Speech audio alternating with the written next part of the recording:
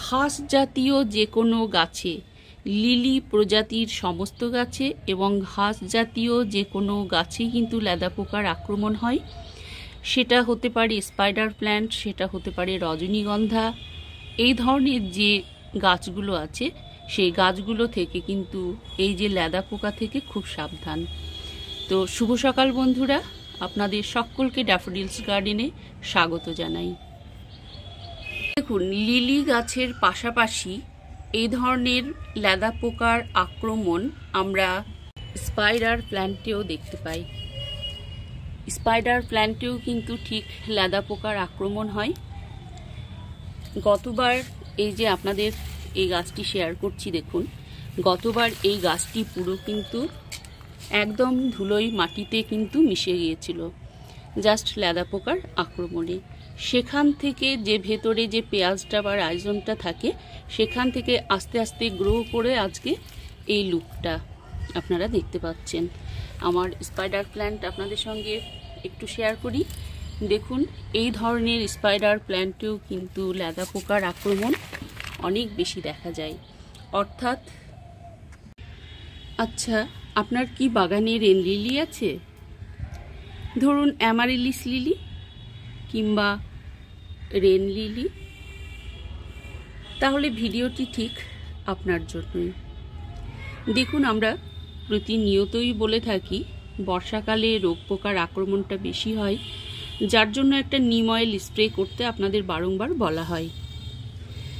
হয়তো যে বন্ধুরা করেন তারা অনেকটাই সেফ রাখতে পারবেন তার গাছগুলোকে, কিন্তু আমার ভিডিও করার স্বার্থে, আপনাদের সঙ্গে শেয়ার করার স্বার্থে আমি কিন্তু কোনো ফাঙ্গিসাইড ইউজ করিনি, যেটা ঘরোয়া উপায়ে মানে ইউজ করিনি, এবং নিম অয়েল যেটা সেটাও কিন্তু আমি কিন্তু স্প্রে করিনি, যেহেতু আপনাদের সঙ্গে আমি ভিডিওটি শেয়ার করব। দেখুন, সেরকমই একটি গাছ অ্যামারালিস লিলি। মাস কয়েক আগে আমি প্রচুর ফুল নিয়ে আমি গাছটি আপনাদের সঙ্গে শেয়ার করেছি, সেরকমই কিছুদিন আগেও শেয়ার করেছি। দেখুন, পিঙ্ক কালারের রেন লিলি, এবং এই টবে ছিল ইয়েলো কালারের রেন লিলি। কি বিশ্বাস হচ্ছে না তো?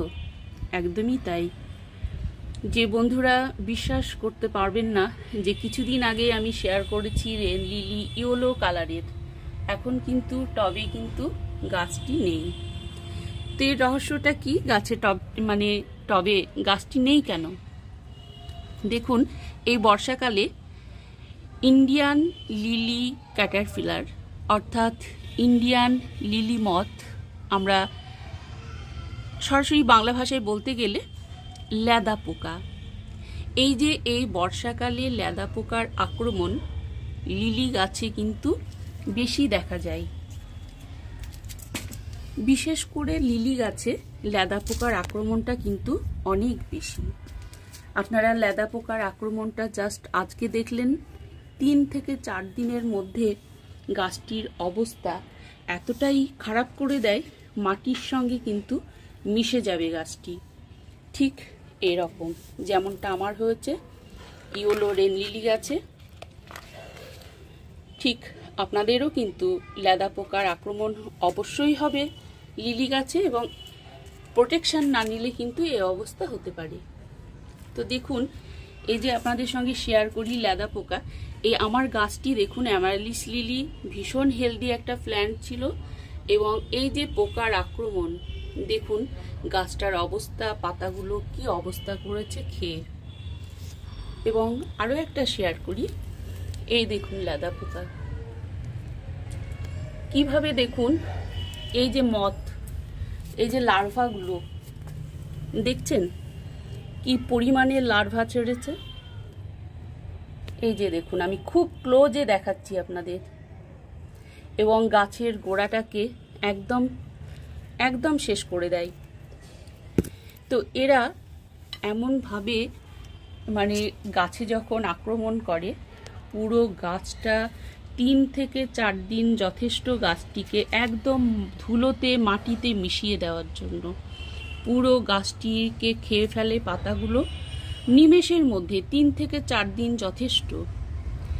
সেরকমই ইয়েলো রেন লিলি গাছটা একদমই নেই, যেটা আপনারা দেখতে পাচ্ছেন প্রচুর পরিমাণে লাদা পোকা হয়েছিল, পুরো গাছটি শেষ করে দিয়েছে। এবং লার্ভাগুলো দেখুন, ক্লোজ থেকে দেখায় আপনাদের, জাস্ট লার্ভাগুলো দেখুন কি অবস্থা, একবার ভাবতে পারেন।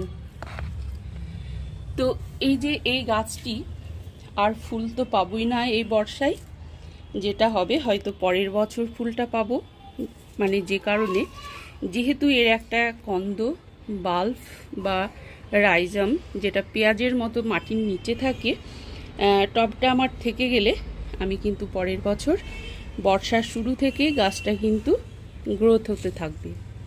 কিন্তু এই যে বললাম লাদা পোকার আক্রমণ থেকে আপনারা বাঁচতে বর্ষার শুরু থেকেই আপনাদের যেটা করতে হবে সেটা হচ্ছে নিম অয়েল স্প্রে করতে হবে সপ্তাহে একবার।